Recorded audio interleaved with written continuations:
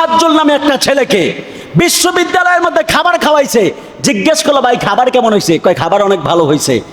খাবার খাওয়ানোর পরে ওই ছেলেটাকে গণপিটুনি দিয়া ওই ক্যাম্পাসের মধ্যে হত্যা করলো কেন? হলের মধ্যে হত্যা করলো কেন?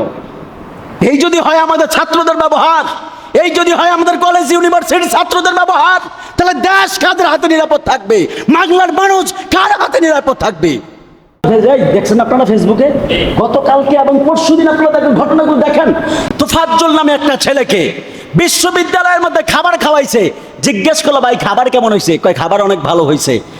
খাবার খাওয়ানোর পরে ওই ছেলেটাকে গণপিটুনি দিয়া ওই ক্যাম্পাসের মধ্যে হত্যা করলো কেন? হলের মধ্যে হত্যা করলো কেন?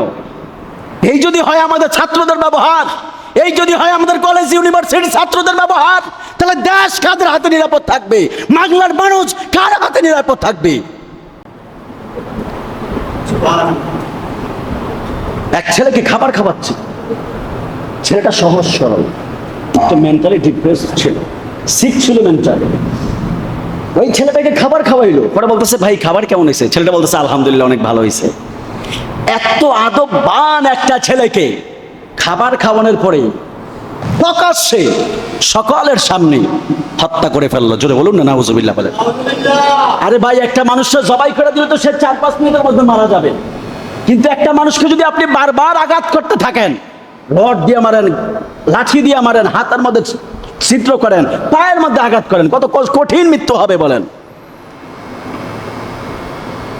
এই যদি হয় আমাদের স্কুল কলেজ ভার্সিটির ছেলেদের অবস্থা, তাহলে ভবিষ্যৎ কাদের হাতে যাবে? রাসূল তো এগুলো শিখায় নাই। রাসূল বলেছেন, মান সালিমাল মুসলিমুনা মিন লিসানিহি ওয়া ইয়াদিহি। মুসলমান হলো ওই ব্যক্তি যার হাত এবং মুসলমান থেকে অপর একজন নিরাপদ থাকবে। কথা কোন ঠিক না ঠিক বলেন?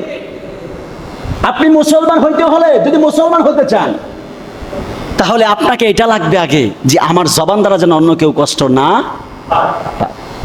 আপনি যদি বলেন আমি মুসলমান, তাহলে আপনাকে আগে এমন হতে হবে যে আমার হাত দ্বারা, এই যে হাত, মিন লিসানিহি ওয়া ইয়াদিহি, আমার এই হাত দ্বারা যেমন আমার অন্য মুসলমান একটা ভাই কষ্ট না পায়। যদি এই দুইটা গ্যারান্টি যদি আপনারা দিতে পারেন, তাহলে বুঝবেন আপনি মুসলমান। আপনি মুসলমান, আমরা তো মুসলমান না। এই দুইটা গ্যারান্টি দিতে হবে যদি মুসলমান হতে চান। ছেলেটার কি অপরাধ ছিল? কেন তাকে এভাবে হত্যা করা হলো?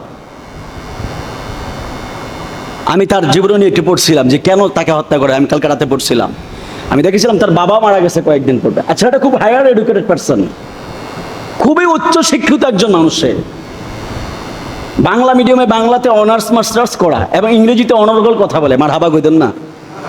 এমন একটা ছেলেকে দুনিয়া থেকে বিদায় করে দিল।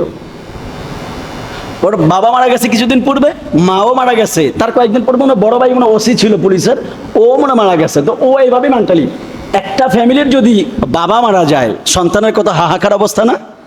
এর মধ্যে কয়েকদিন পরে আবার মাও মারা গেছে, তাহলে বুঝেন তার অবস্থাটা কেমন। ঠিক কয়েকদিন পরে তার বড় ভাইও মারা গেছে, তাহলে বুঝেন এখন অবস্থাটা কেমন হবে বলেন। ছেলেটা মেন্টালি সিক ছিল, তাকে চোর অপবাদ দিয়া মেরে ফেললো। মারার অধিকার তো তোমাদেরকে কেউ দেয় নাই। দেশে আইন আছে না, প্রশাসন আছে না? মারার অধিকার তো তোমাকে কেউ দেয় নাই, তুমি কেন মারলা? দেশে তো প্রশাসন এখনো আছে।